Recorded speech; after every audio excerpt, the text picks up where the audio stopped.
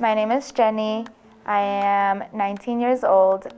My dad was always like, well, don't be like us who stopped going to school. Like my mom stopped at 6th grade. My dad stopped freshman year of high school, and they didn't continue from there. And so they're like, do what we couldn't do and like be a better person.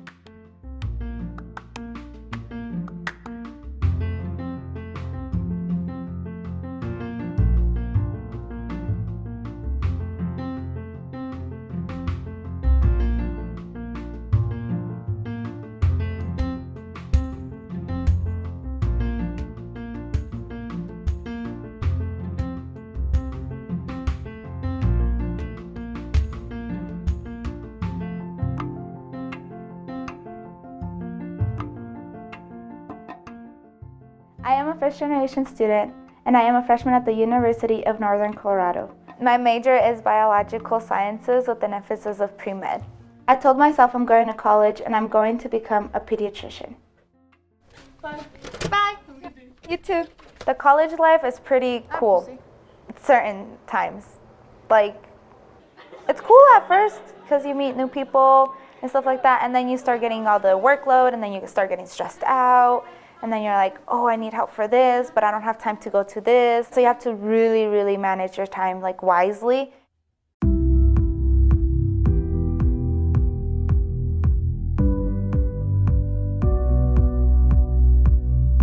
I would say right now our greatest efforts need to be focused on retention. I'm not satisfied with our graduation and retention rates at this university. We retain about 70% of our students from their freshman to their sophomore year, and we should be much higher than that. And so I think what we could do to ensure that students receive a degree is make sure that they persist and graduate.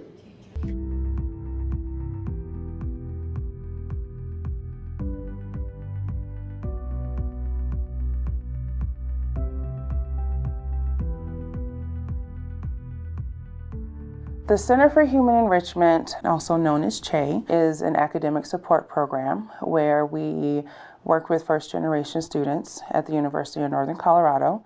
Within our area, we have the TRIO Student Support Services Program, which is federally funded by the U.S. Department of Education.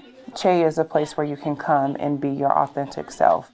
You learned a lot in Yeah. that first semester. Oh yeah, I learned how to better study for myself, so my test scores are like way much better from last semester. I decided to join CHE because in high school I was part of the TRIO program Gear Up. The CHE program is actually the best place in my opinion. I love it here. It's for first generation students. You were actually the first one that caught me in the hallway about summer school. With our grant, we are able to serve 200 first-generation students. So with a third of UNC's population identifying as first generation, we are a very small percentage of the student population. Our first objective is looking at our persistence rate. We know that every fall semester when a student returns to campus, we're one step closer to graduation. And know that, you could always use it as a support, all of us staff members in here. They help you with the needs that you need. So they help you with financial aid if you have any issues. They help you with like classes if you have any issues. We have our own tutors for writing here. And everyone just here is so positive.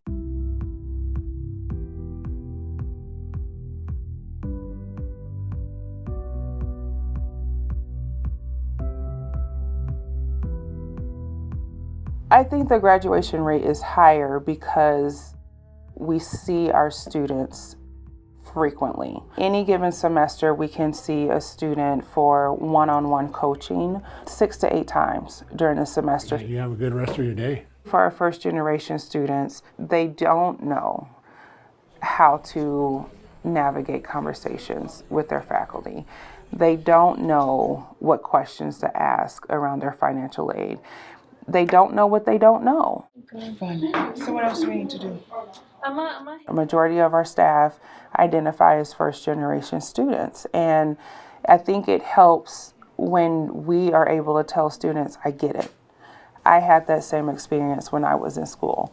These are some things that I tried. And I think just knowing that there's someone walking alongside them, it helps them to do well and to graduate. So how was your day today? It was good. It was interesting. Interesting. Yeah. The mentoring program is a cool opportunity for a first generation student to have another first generation student to just talk about life. I had a bio exam. First exam, right? Yeah. Yeah. So with Lizbeth and Jenny, I just think both of them being Latinx women, I think, that Lizbeth could really be a positive influence for her. And so far, it seems like it's been a good pairing. Hi, Jenny. How are you? I decided to come here to college because I wanted something different. My parents never went to college or even finished high school. So I wanted to change the cycle. I want to break the circle. So I am a double major in pre-nursing and nutrition with a minor in Spanish. Oh, that's cute. Yeah, it's pretty cool. That's awesome. My Che community is family to me, not just friends to me. They're all family. We all interact with each other. It's fun. As a peer mentor, I wanted to give Jenny the sources and support I didn't have my freshman year. And when you first entered the classroom, the biology classroom, how did you feel being in that classroom? I was like, at first I was like, I'm fine. I made it through high school. I can make it through college.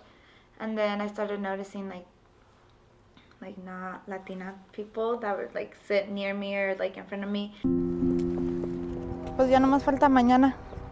Some of the challenges I face with being a Latina is that English is my second language, and I get a lot that I have an accent when I speak English.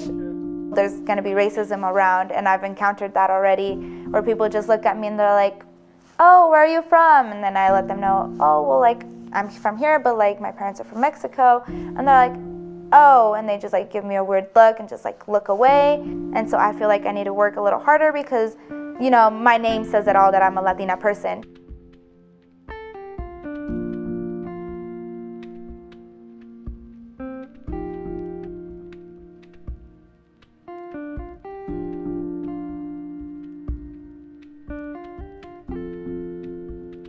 There's not a lot of people the same as me, Latina or Mexican and Hispanic. So it was pretty hard because my freshman year I took science classes like biology and those hard classes. And most of those biology classes are 200 plus students. So it was really hard because also most of the students in there were white. Being the only brown person there, it was kind of outcasting to me. I felt kind of like the ugly duckling. It's important for them to be able to see that disaggregated data, right, so that we can really think about closing those equity gaps. So I think that closing the equity gaps, having all students be successful is really important in STEM because historically STEM has been thought of as a male domain, and certainly a white male domain.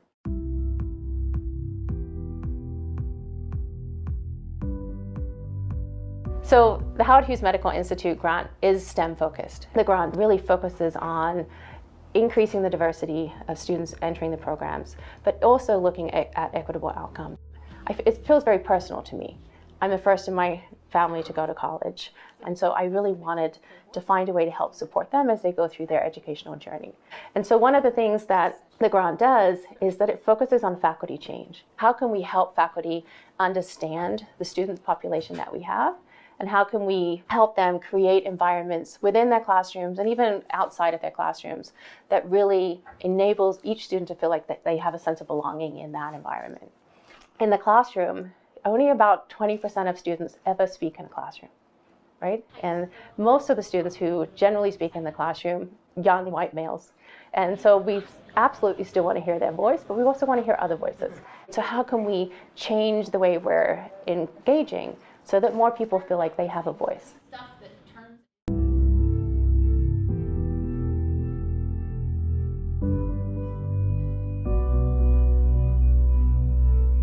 There are roughly 80 faculty members in STEM at the University of Northern Colorado. The overall goal for the program is that over 50% of the faculty in STEM will have gone through the training by the time the grant is done in 5 years. And so that is hopefully enough of a group that change will occur. I think that taking responsibility as an institution for student success is the right way to go. I think that having faculty learn and understand the experiences of the students on campus is incredibly important, and creating an environment where everyone feels a sense of belonging, everyone feels like they can achieve and that they can thrive here. It's due this Friday, right? Yeah. Yeah, okay. So now that I'm a sophomore in my second semester, I feel confident where I am at. I feel like I got the whole college life set up, so I know what to expect and I know what's next, what's ahead of me. I think a lot of learning obviously takes place in the classroom, but there's also a lot that takes place outside of the classroom, and building these communities and these opportunities for students to grow as people, as leaders. If each year they adjust the amount of the Pell Grant, so if they adjusted it may be more. When I talk to students now about being the first gen, I tell them you should be proud that you wanted to do something that was unfamiliar, and that you are courageous in wanting to try this. And I tell them it's not going to be easy, and that's okay. And to really have to work toward saying I earned my degree. Thank you so much and have a great day. Bye. And I sound biased, but if all of campus could feel like Che, UNC would be unstoppable. Have you met with your peer advisor? Natalia? Mm-hmm. Yeah, we've met twice already. Okay. I've learned from her that things may be hard, but they will get better eventually. She's always kept it positive. When she knows that we're going to have an exam coming up, she sends us a message and she's like, you know what, good luck guys, you got this, show them what you've got. Like, you may be a first generation student, but that doesn't make you any less than any other person. Dean, here, write down the little notes that you guys usually do. I tutored for Avid and Gear Up because I was part of those programs in high school, and it was just a great experience to have those tutors there. I remember that it made me feel so much more comfortable and made me feel so much better into coming into college. So I just told myself, I was like, you know what? I want to help those other students, because there could be students that are terrified to come to college. And I just want to be there like, you know what? It's not that scary. So then, if you did that with this one, what are you going to do with that one? I told myself since the very first day that I got accepted to UNC, I'm not going to give up. I'm going to be a very, very great pediatrician. I'm going to graduate no matter how many obstacles I have in my life. No matter how many years it takes me, I'm going to graduate.